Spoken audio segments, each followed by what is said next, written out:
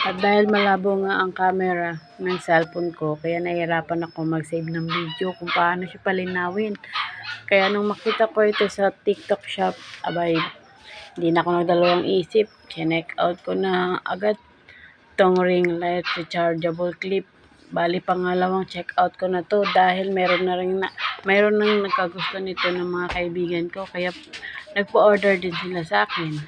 Ayan, bago ko ibigay sa kanila, kailangan matesting ko muna kung gumagana lahat. Abay, ang ganda. Lalo na pala pag sabay-sabay silang pinailaw, lalong liliwanag yung bahay nyo. At saka sa tingin ko matipid to sa kuryente. Charge ko rin siya sa power bank.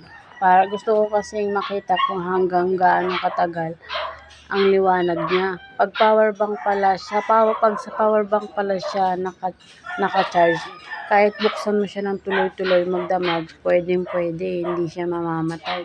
Basta yung power bank mo, naka-full charge. At baka magustuhan nyo rin. Pwede kayong bumili dyan sa Yellow Basket. Isang kulay lang po siya, kulay blue.